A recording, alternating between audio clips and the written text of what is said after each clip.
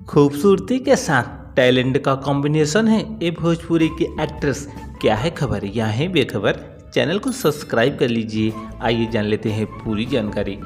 कहते हैं सूरत ही काफ़ी नहीं है ज़माने में, सीरत भी होनी चाहिए अफसाने में।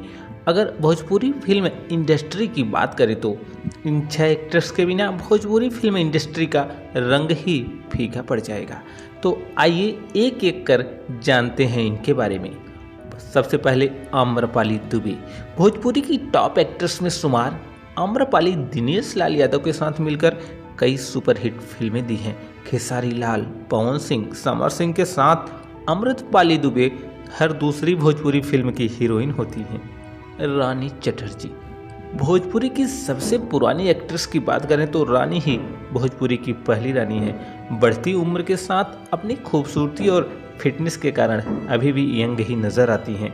14 वर्ष की उम्र से फिल्मों में से जुड़ी महिला प्रधान फिल्मों की रानी चटर्जी जान है। अक्षरा सिंह। भोजपुरी के साथ साथ टीवी इंडस्ट्री अक्षरा सिंह को बहुत अच्छे से जानती है। इन्होंने बिग बॉस ओटीटी के पहले सीजन में बतौर कंटेस्टेंट हिस्सा लिया था। एक्टिंग के साथ साथ सिंगिंग में महारत रखने वाली अक्षरा सिंह कभी पवन सिंह की दीवानी थी। यामिनी सिंह। यंग और ब्यूटीफुल के साथ ग्लैमरस का तड़का है यामिनी सिंह।